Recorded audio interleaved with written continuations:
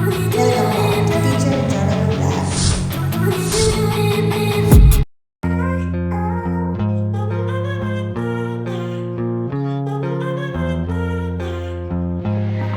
Hi guys!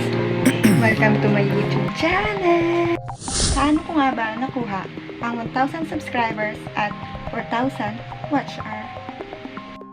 Number 1. Be consistent. Mag-upload lang na mag-upload ng mga video para madagdagan ang watch hour mo. Dahil every video na ina-upload mo, madadagdag sa watch hour mo. Sipagan mo lang ang pag-upload mo. Yun lang.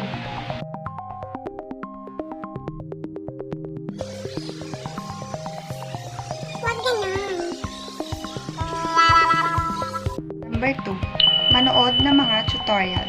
Dahil sa mga tutorial na itatama ko yung mga mali ko sa pag-upload ko ng mga video at nakakaiwas din sa copyright video kapag marami kang ideya about sa pag-upload ng mga video. Number 3, mag-upload ng mga video na searchable. Yung magti-trending, yung alam mong sisikat ka, yung alam mong marami ang manonood.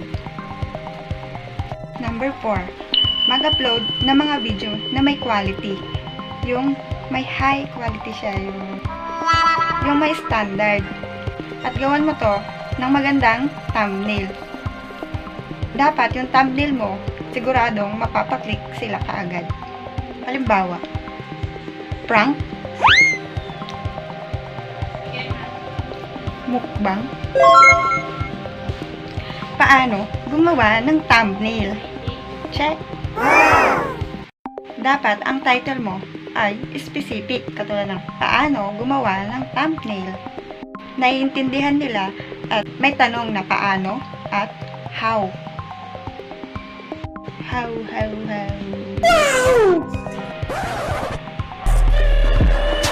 Number 5. I-post mo sa Facebook o sa social media ang mga video mo para maraming manood. Manood yung mga friends mo, mga family mo, mga relatives mo. Bahala sila kung mainis sila sa video mo. Ang mahalaga, makuha mo yung watch hour at ma-monetize ka. Number 6. Be patient. Kailangan habaan mo yung pasensya mo. Hindi yung pag-upload mo lang ng isang video ay tingin mo sisikat ka na. Hindi. Kailangan lagi kang mag-upload ng video para makuha mo yung requirements ni YouTube na 4,000 watch hour. Number 7. Make a powerful intro. Gandahan mo yung intro mo, yung nagsasalita ka. Yung may energy.